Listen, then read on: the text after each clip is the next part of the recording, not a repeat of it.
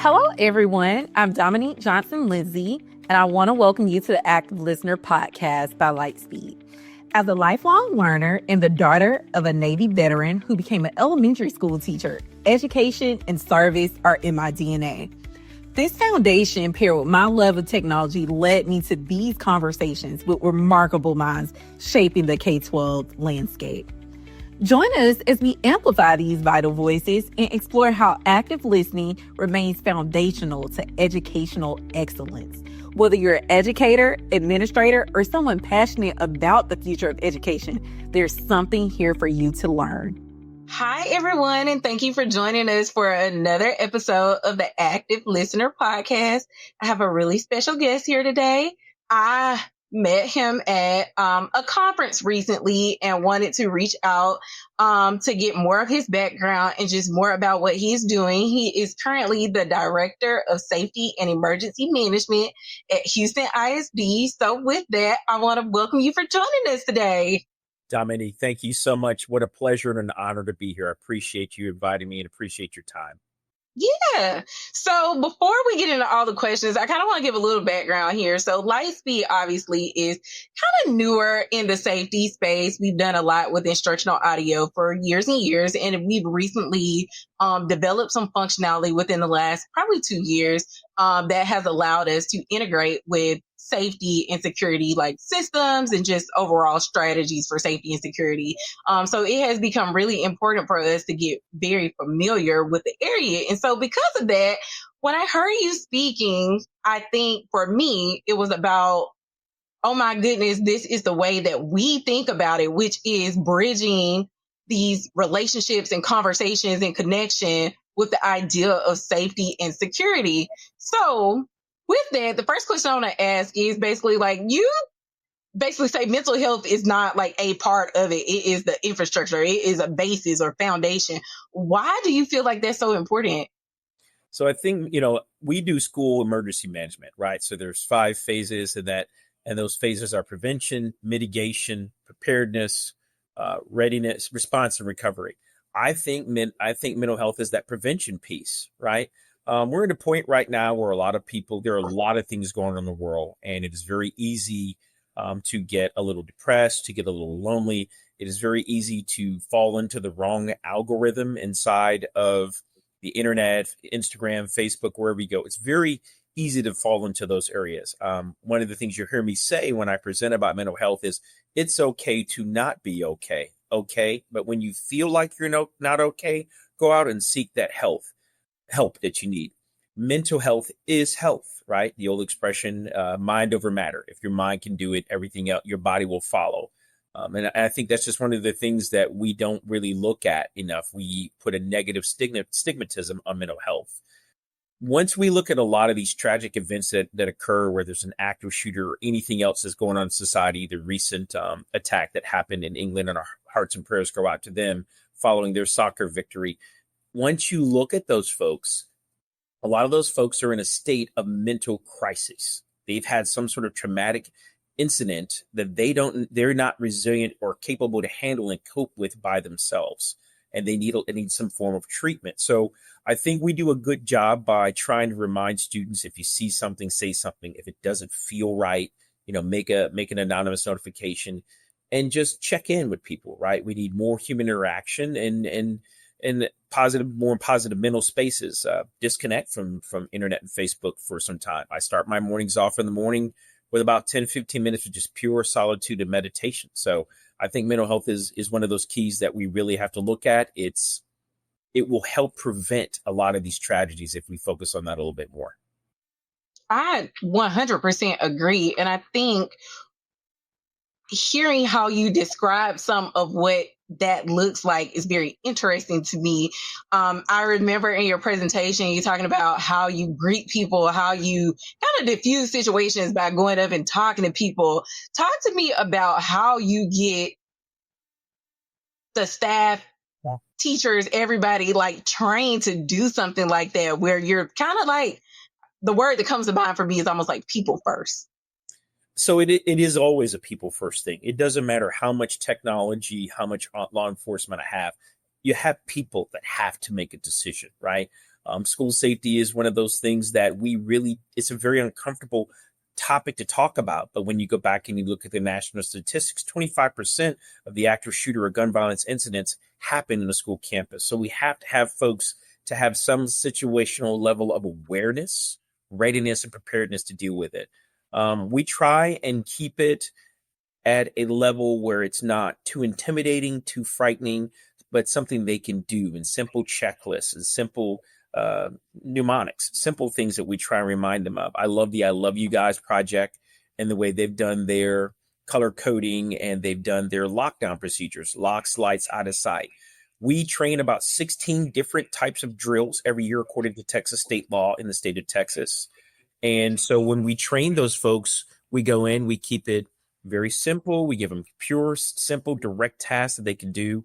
And we also let them know first responders and support personnel like myself, we're in the background and we're here to help. We remind folks of what they're doing great. And we find those areas that we could always do a little bit better. It's never directed at a person or failure. It's always, let's look at our processes. Let's look at our equipment that we have, and let's make the best decisions we can in those stressful environments. And we try and teach them how to develop muscle memory reflex. So when a crisis happens, they're already doing the things they should naturally do in that crisis, and they don't have to so much as think. They're not reacting. They are now responding. That makes total sense. And the muscle memory reflex part is kind of important if you think about it, because you do want to get in the habit of, just doing the certain activities all the time or when it's necessary. You said something in another interview that I love, and I say it about just life. And that's like, if you stay ready, you don't have to get ready. Like, I love the ideal of that, because I think people think readiness comes at a certain point, like you just arrive ready. And it's like, well, no, you kind of practice ready. You're always getting ready. And so you seem way more prepared when you get to the occasion, even if it's like a little bit off from what you would have expected it to be. So, yeah, we can't train for every situation in life, but we can have some level of understanding, agility. We've seen something before. And a lot of the things that we teach in our district in emergency management for school safety and security are applicable anywhere, right? In a tragedy unfolds somewhere away from campuses, you would be surprised at how our kids respond, their level of resilience, how it helps their social and emotional, and their ability to bounce back if something happens. I think there's a sense of accomplishment and a less of a sense of fear when people know what to do and how to respond versus react. Gotcha. So with everything that you've seen, I know you worked at a couple of districts, Houston being your current. What have you learned about early intervention that has kind of surprised you, or just something that you wouldn't have thought of after kind of seeing how you put these processes in place to kind of help people with only the preventative side as well as the back end of it all? Early intervention is absolutely the key. It really, truly starts with just relationships. I think I was talking to you at the conference and we talked about Texas School Safety Center has a project says it starts with hello, right? I think we really just have to build relationships with people.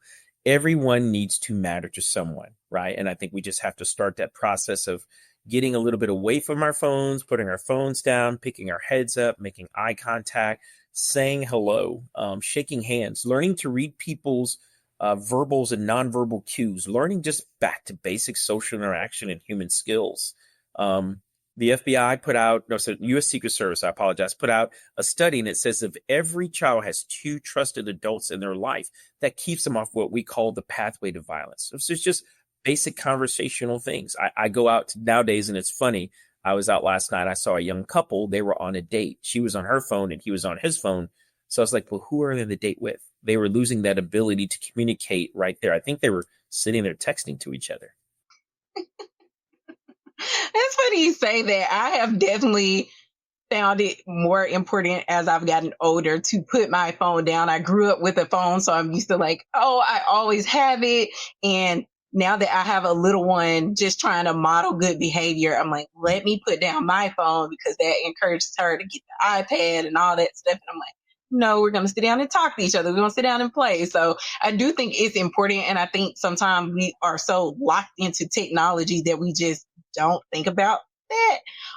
But of course, once we get talking to each other, I feel like we always enjoy it. So it's like, Like, duh. those are the bonds you're going to remember. I don't remember what I posted on Facebook a year ago, but I do remember some of the great conversations I have with my friends from middle school. Just, those great conversations and great times. So I think that's where we're at. So something else you talked about, and I guess it kind of segues into that a little bit, is thinking about technology. I found it interesting just now that I'm more immersed in this landscape about what kind of technology is offered. So of course we always see online, I think it's one of the I hate to say fun, that's not really the right word, but more like innovative things that people do as far as school safety. I can remember seeing the wall that will move around and all this different stuff. There's always technology coming out every day that's supposed to help with safety and security initiatives, whether it's in K-12 or not. So as someone who is kind of gets to make decisions about that, how do you really decide what is going to be effective? What should you be looking for, and where this is not going to help us do this certain initiative?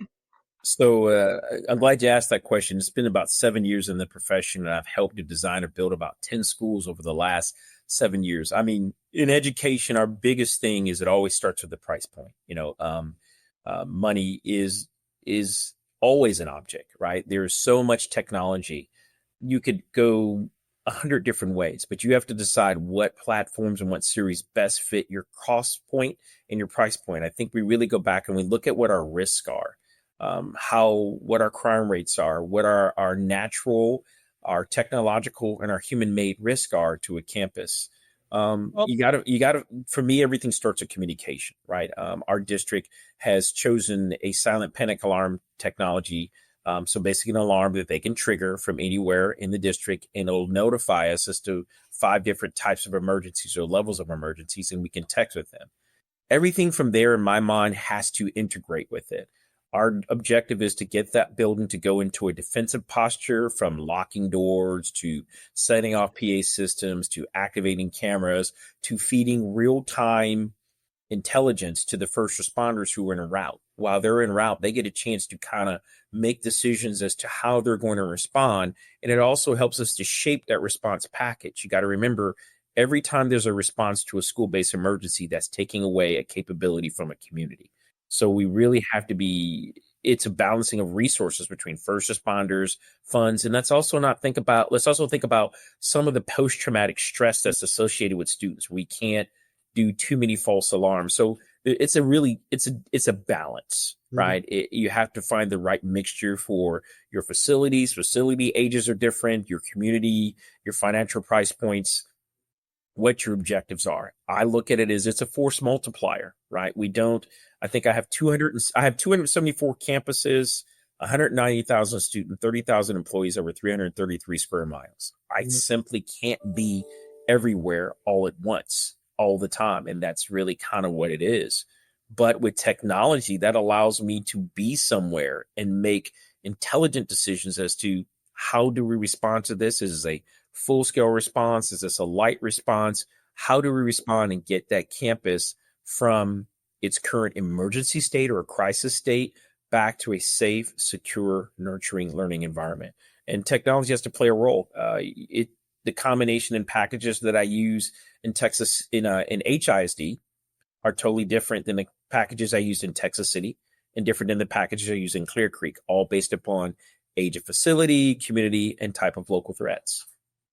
That makes total sense. And I think that probably what's most important is this idea of, you talk about communications, it's not only us communicating with each other, it's the systems communicating with each other and making sure it's giving everybody that kind of vital information. That's always, I won't say the missing piece, but that's always a valued piece when a crisis happens, whether it's more emergency or almost non-emergency, which is another good point. How do you feel like safety plays a role in non-emergency emergency situations? Does this make sense? Non-emergency emergency situations.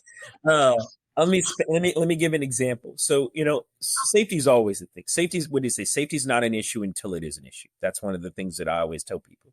But if we stay ready, it won't be an issue when it becomes. if you have a good plan, you can pretty much make your way through a lot of situations that will present themselves, right? So emergency when it's not an emergency.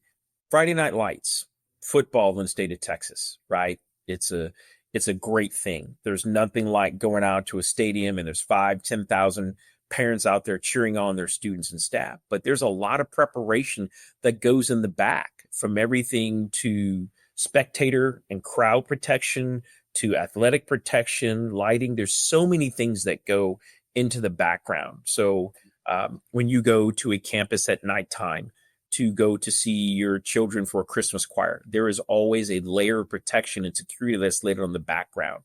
I think one of the greatest things about school safety is we try and treat it like Disney World. If you've ever been to Disney, you don't really see security, but if something happens, know that the right people are there at the right time within a phone call to handle that situation. That's really kind of how we handle it. Is that kind of Yes.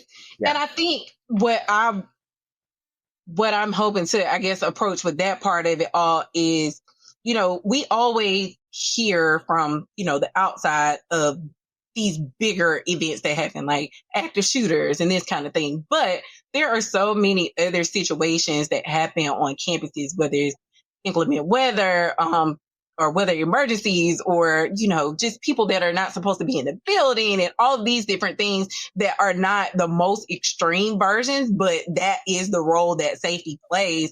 And so I think even going back to how you stay ready, my question is almost like, how do you make sure, or what practice do you put in place to make sure that the staff and students honestly stay engaged with the ideal of like, we need to be doing this all the time? Like, safety is 24/7. So like I said, in the state of Texas, we run 16 emergency campus drills every year. We do a lockdown. We practice, believe it or not, what the campus's positions and roles, how the students and staff, we train them through a series of videos and other programs of how they should respond if there's an actual active assailant that makes entry into the campus and starts to do bad things to good people. We have a plan for that. We train our staff on medical response. If you have a sports injury, right, there's certain codes and certain signals we send when there's a medical response, that there are teams of trauma-informed care personnel that go through, and they do everything from the physical response also to a mental health 101 evaluation. So we have all these things trained in the background. We had tornadoes last year during Hurricane Beryl, and students were inside of the campus. We set off our alert. We'd set off our take cover. They do the duck and cover. They go into an area for the building that's rated for tornadoes. They sit down on their bottoms. They put their head to their knees and they cover the heads. I don't know if you remember when we were kids, we did drop, duck, and cover. Do you remember those tornado drills? For sure.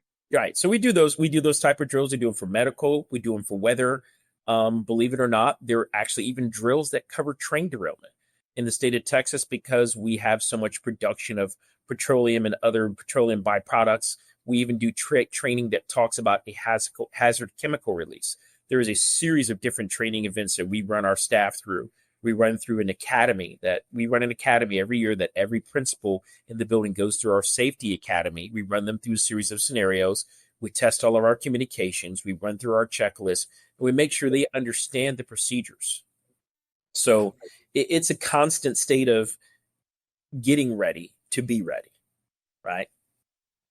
That makes total sense. And that's so thorough. Like, some of that stuff I wouldn't even thought about. I'm in Alabama, so tornadoes, that's kind of our thing too, where we definitely practice and plan for all of that. But even down to like these chemical spills and stuff like that, that's like stuff that I wouldn't think about, but I feel like that's a very important part. And I'm sure all the people that have this, that are actual safety people, they are like, duh. But for me, I'm like, that's not even something that would be on my radar. Like, I feel like that's one of those things you see on the news and you're like, that happened today? Like, so I think that's kind of one of those things where the people in my profession were happy about it, right? If you don't, we think about it and we take care of it so you don't, right? My objective is to get the campus ready so they can always be a safe, secure, nurturing learning environment. There's just a series of different things that we do every day with those campuses. We have medical emergencies. You may have a student that chokes. You may have a student that has a seizure. You may have a student that has all kinds of other medical conditions. We go through life safety, from the use of AEDs to bleeding control kits to everything you can actually possibly think about. We have pool safety because we have natatoriums. So there's all these different preventive and mitigative plans in place, but there's also a level of readiness and preparedness should the unfortunate event occur and we have to respond. We always want to be in a response, not a reaction. To me, the difference between that response and a reaction, once again, comes down to proper planning and training. We consistently are training the adults in the campus to be ready for those type of events. Now, you never know what's going to happen, but when it does happen, we want to know that we're ready. I loved it. And that's just the name of it at this point. I feel like everything you said kind of all goes back to that. Like, you just got to stay ready. So with that, I know that coming into a large district, there's always this objective for you all to kind of develop or implement district-wide safety plans. So we kind of talk about different pieces of it. My question is kind of two parts. So one, what part do you see other districts kind of get wrong about when you develop a district-wide kind of safety plan? And then two, what do you feel like superintendents, because I feel like that's a very unique bunch, and I'm always curious about, they have so much on their plate, what should they be doing? What do you think is the best question that a superintendent could ask when reviewing a district safety plan? Oh, wow. Okay. You hit me with the real big questions. I don't think anybody gets it wrong. I think because we're constantly in a process. So I'm a part of the International Association of Emergency Managers for K through 12 school safety and security. So that means there's a bunch of folks just like me. We get together every month and we talk about whatever the critical and hot topics are. We do a lot of research. We're always looking for lessons learned after any kind of event. We get a lot of after action reports and we look at our processes and our programs and our plans and we try and see, did we prepare for this? Are we prepared for this? If this would happen, how would we respond? So getting it wrong, I don't think happens very much. It's truly impossible to plan for everything. We can't plan for every absolute contingency. We use a lot of things based on the Federal Emergency Management Agency. There's a series of what's called a threat hazard indicator risk analysis. So there's a set of natural, man-made, and human disasters that we all plan for. And so that's what we kind of work through. But again, like I said, we get together, we have events. If someone's experiencing something, we put together a forum. Let's talk about this. How did you handle it? How did you address it? How did you plan for it? What type of training time did it take, personnel, equipment, and what did it cost you in terms of financial support to make these things happen? And then, of course, there's always those reach across the aisles. I know that if I have the 8th largest district in the nation and the largest one in the state of Texas, but I know if I pick the phone up and call over to Cy-Fair ISD, they're going to be here. Katy ISD, any of my surrounding ISDs, our effect is if it affects one of us, it affects all of us. So we consistently check in and check each other to make sure we're okay and our plans are okay. For superintendent, yeah, absolutely a lot. I mean, when my superintendent's got 274 campuses, he looks to me to be a principal advisor to him. He looks for me to say, what are the federal requirements? What are the state requirements? What are the minimums? Superintendent's like, what are the minimums? Are we meeting the minimums? Great. Let's start there. And now let's exceed. How can we exceed, Craig? What can we do better? Right? We're always looking for our strengths, our weaknesses, our opportunities and threats. And we're trying to reduce the threats, mitigate our weaknesses, and increase our strengths and take advantage of the opportunities. But a lot of that comes with funding. There's some serious funding that comes with running schools every day, right? From staff to education, all the way down to safety and security. So I think, a good thing is to do some trend analysis, review your plans, look at your strengths, opportunities, threats, and weaknesses, train. Our superintendent tasked us to do a full-scale exercise. He said, pick one of our hazards and simulate that hazard happening. And now let's walk through our plan and find where we need to do improvement. Let's look at the things we're doing great. Look at the things we're not doing so well and figure out how to do things we're not doing so well better. So I think it's just a constant evaluation process. It's a trust process. And the most important thing superintendents can do is they lead the climate and culture of safety in school safety and security. Doesn't matter how much equipment we have, bulletproof doors or anything like that. It is truly starts with the mindset that everything is a safety first thing, right? We start with safety first, securing the doors, doing the right things because they're the right things to do, not because they're inconvenient, but because they're the right things to do. So I think the biggest thing with superintendents is just the climate and culture that safety is a number one priority all the time. I love that. And I had another guest that basically said something very similar. It was so funny. He talked about having an initiative to just stop people from propping open the door. So people would not come into school that were, not welcome to be there, not supervised to be there. And he's like, you don't realize how much, just doing things like that makes a difference. And I was like, yeah, you really don't think about that. And he was like, I don't know why, but elementary schools just have a knack for propping open doors. And so I'm like, I try and remind my staff, I said, this is your home away from home. If you were at home right now, would you leave your front door open? Probably not. You're home away from home, keep the door closed. If you were at home and someone strange walked into your house and you didn't know that person, wouldn't you greet them and try and redirect them to where they should be? Aside from propping doors, I think our next biggest security challenge is people, if someone's there and they don't have a visitor's badge, redirect them back to the front, help them. We want to know that you're a part of our team. I tell them everyone in the building has to be accounted for because when an event happens, we have to have the right response package for every light that's inside of that building. So it's just a mindset. It's nothing to be afraid of. It's not ominous. We're not trying to make our schools look and feel like prisons. We want them to be safe, secure, nurturing learning environments. We understand that these are the pillars of our community. We understand that our customers are our parents. And yes, it is their tax funds that help us every day to educate their children. We want to be mission partners in your child's educational career. But that comes with certain sets of rules and guidelines to make them safe every day. Absolutely. So last question, before we do my 2 fun questions, is what do you feel like is the future of safety and security for K-12 schools? And I asked this, let me give some context. So normally when we ask this and it's like somebody in tech or something like that, they're like, oh, well, I hope we're going to learn how to use AI effectively.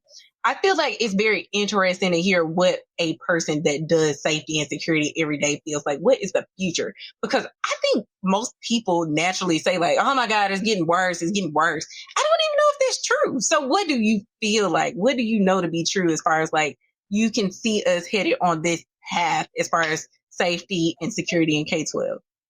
I think safety and security in K-12 is going to need to be codified. We're going to have some more human beings in here who are trained, to do this. There's a level of certification, and I'm seeing in some of the groups that I'm being a part of the movement to make it a certification, right, and to make it a requirement within K through 12. It's very technical. It's very much a science, and sometimes it's an art form. AI can't do everything. Right, you still want a human behind the screen making those decisions, right? Even though we have an airplane takes off, the pilot takes the airplane off, he gets on the airplane, on the speaker, ladies and gentlemen, at 30,000 feet, you can now use Wi-Fi. He flips the switch to put the airplane in autopilot, but he doesn't leave the cockpit. He's still monitoring the systems. You still need a human interaction for when that system fails. If there's a power failure, how do we go back to paper and pencil mode, right? AI can't anticipate everything, right? We would never let an airplane just take off and land by itself. We haven't gotten that autonomous. Even folks who have cars that can self-drive, they still have to stay awake and be behind the wheel. So I think we just need more trained professionals, certified and trained professionals in the environment is where it's going to. School safety and security seems more like it's getting more dangerous because we're seeing these events reoccurring a lot more often. And I think with some of the professional groups I'm in, we're starting to study these things and trying to put in those preventative and mitigative issues. I think what we really need is more cooperation from our parents. I think a lot of our educators come in here to be a part of your child's life to help them develop and grow, then we have to have the support of the community as a whole, right? I operate off the old African proverb: if we want to go far, we've got to go together. That means if we want to see your child go from K through 12 all the way through a PhD or 2 PhDs, whatever that child's vision or dream is, to help it come to fruition, it starts with the parents and the teacher work together as a team, right? So I think parents checking in on their kids. How was your day at school? What did you do today? I'm a big proponent of people taking the proper measures to protect their kids from guns. I'm not against guns. It's their right, but I'm a retired military member, so I fought for that right. I'm okay with that. I think what the process is, we've got to get better at gun safety. As registered gun owners and people who have weapons for sport or self-defense, it's our responsibility as an adult to put some practical control measures in place.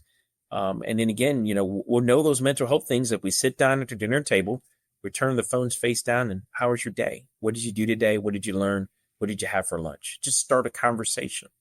And then if you want more information, show up to the PTAs, be a booster, show up for parent-teacher night, build a relationship with the teachers so everybody has the vested interest of that student. So I think that's really the future. AI is going to come along and help with some things, but it can't do everything. At the end of the day, it still takes some human in the background monitoring, planning to make sure that it comes out with the right ending in the best interest of the humans involved.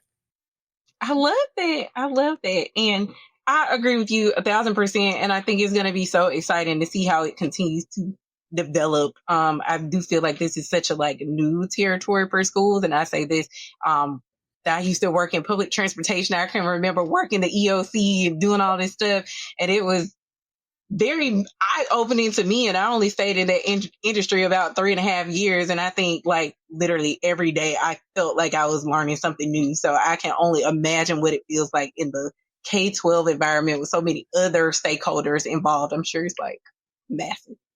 I mean, we're running EOC. If you look over my shoulder, that's my daily dashboard on everything that's going on right now within the district. Between that, listening to the radio, there still has to be human indicators. We still have to go through a series of gathering the information and making a decision.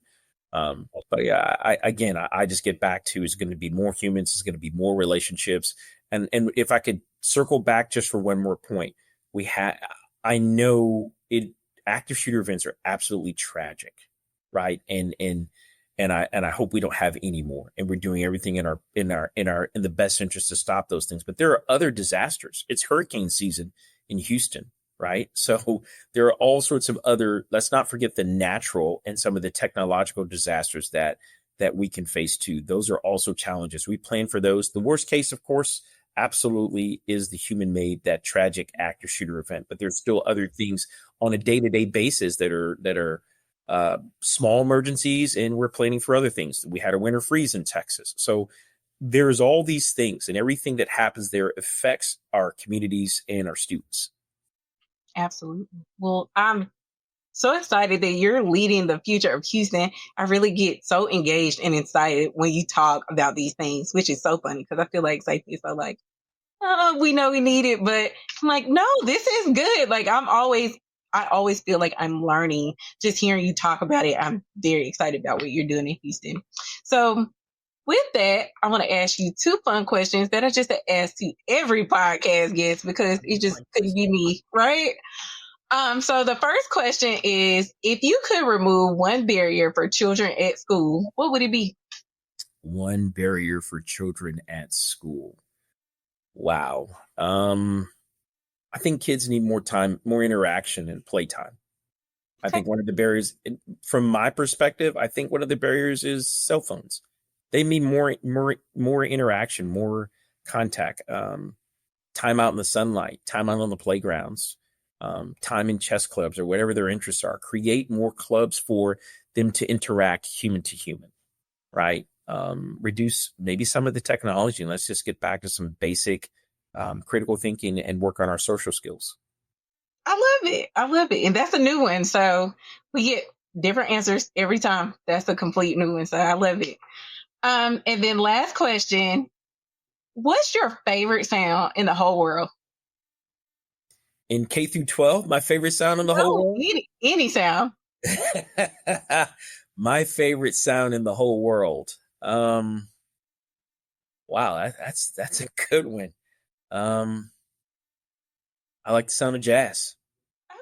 At the end of the day, I want to go home and listen to some jazz and just relax. I loved it. But professionally, I think, and I think, so one of the things that I really love about my job is graduation time. I love getting in my truck and going over and watching the elementary kids walk the stage in their little cap and gowns and seeing that cheer. I love seeing our seniors. We have 37 high schools, and we attend almost every graduation. There's nothing like that. I love a good Friday night lights, a good football game, and watching them score touchdowns and hearing the crowd cheer. I love it when I tell our students you're either winning or you're learning. As long as you learn what you did, the play that did not work so well, and you keep trying, you're doing great. I love the volleyball games, the basketball games. I love the children's choirs. I love all those things, right? Those are the amazing moments. I love watching our kids' eyes light up in the math and science labs. I love the interaction when you're going through and they sit and you see things. And I go, some of the stuff that we have in Houston ISD, really, I just want to take the uniform off and be a kid again, because they are doing so many great things with improving learning. So I love that. I love it. Well, that's exciting. And I want to thank you so much for joining us. This was so good. Dominique, absolute honor and pleasure. And if you ever want, I got an extra shirt. You're more than welcome to come down and live the life for a day or two. Listen, anytime you invite me, I can be there. I will get back in that EOC bag and just lock in, watch cameras. You got it. All right. Thank you. Thank you so much. Have a great day. That's all for today's Active Listener. Thanks for tuning in. Share your comments on this episode on our Facebook, Twitter, or LinkedIn social media pages. You can visit our website at lightspeed-tech.com to learn more about our mission to ensure every student hears every word. And subscribe to our podcast wherever you listen to your favorite podcast. Until next time, let your listening be as active as your learning.